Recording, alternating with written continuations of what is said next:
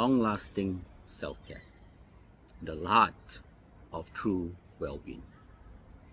You wake up one morning feeling drained, even after a full night's sleep, and you think, maybe I just need a treat. So you book yourself a spa session, buy your favorite coffee, and scroll through the travel blogs, dreaming about a weekend getaway.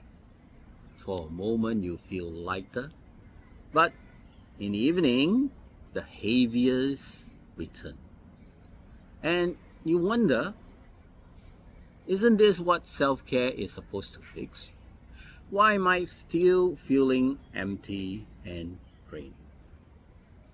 Then one quiet evening, you decided to pause. Put down your phone, sit by the window, and simply breathe. No distraction, no rush. You ask yourself, not what you want to do right now, but what you truly need. And you realize that your body aches for regular movement, not just a one-off massage. Your mind craves for rest, not more noise disguised as entertainment. Your heart longs for longing, connection, not just quick escapes. You started small. You go to bed a little earlier. You move your body gently each day, and you make time for conversation that nourish, not drain. Slowly, you feel something shift, and you begin to understand. Real self-care is not about escaping your life. It's about building a life you don't need to escape from. Because self-care isn't just something you do for yourself. Self-care is about how you love yourself. Consistently, intentionally, and deeply. You see, God cares deeply about every part of you. Your body, mind, heart, and soul.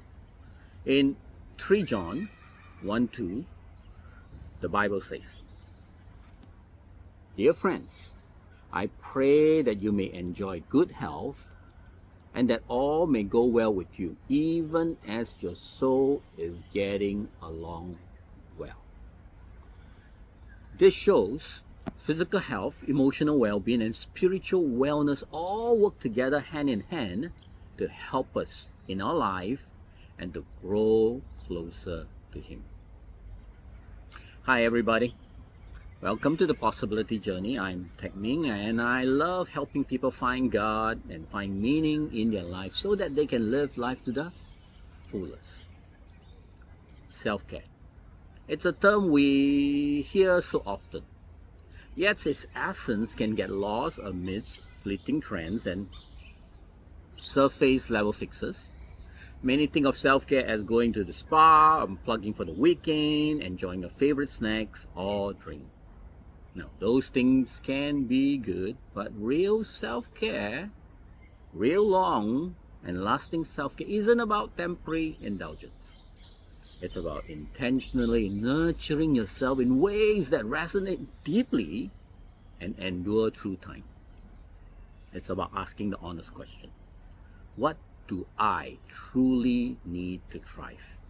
Heart, body, mind, and soul. So that I can go towards that rich and meaningful life that God has freely given me to have. John chapter 10, verse 10.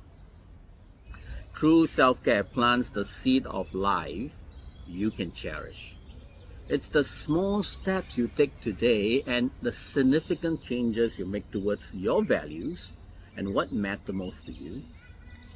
Together, they create a foundation of genuine fulfillment. Here are some ideas of real long-lasting self-care might look like. It could be you taking a purposeful action towards a dream that God has placed in your heart that you long cherish but set aside. Proverbs chapter 16 verse 3. Or opening your heart to ask for support from your community, your church, that God has given you. Galatians chapter 6 verse 2. or it is you creating clarity in your finances and budgeting to alleviate stress and plan wisely for the future so you can live in freedom and generosity. Proverbs chapter 21 verse 5. Or maybe setting healthy boundaries that protect your peace and flow to allow you to focus on what truly matters in your life and your walk with God. Proverbs chapter 4 verse 23. Real self-care isn't tied to extravagance or perfection. Instead, it is something accessible and meaningful, rooted in the life you have right now. It could extend to your closeness to God, your walk towards spiritual maturity, your career, your relationship, your health, your intellectual pursuits, and your altruistic efforts. At its core, self-care is about values. It's about living in alignment with what makes you whole. So let's begin. Here are 5 questions to help you reflect on your life. Let's start by asking, what are you currently doing for self-care? List them down. Number 2, from that list, which one are helping or not helping you to live a rich and meaningful life?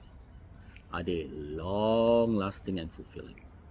If any of them are not, it is time to let go of those that are unhelpful. Now, if they are helpful, keep them. Number 3, have you been neglecting your needs? And how has neglecting or putting off your needs negatively impacted you? Write them down and slowly reflect on them. Number 4, if you were going to take better care of yourself this month, what would self-care look like in terms of your spirituality, health, work, relationships, finances, dream, or altruistic efforts? 5, what small steps could you take towards your daily self-care practice? Just choose 1 or 2 and start. And don't wait. Start now. Start with that 1 or 2 small acts and make a bold change to dedicate yourself to something that nurtures your well-being, something realistic yet profound in its ability to enrich your life. True and lasting self-care isn't about fleeting escapes. It's about creating a life where God's grace can enrich your values and where your peace and happiness have room to grow and thrive. I hope this has been helpful to you. And bye, take care, and I'll see you again on another possibility journey.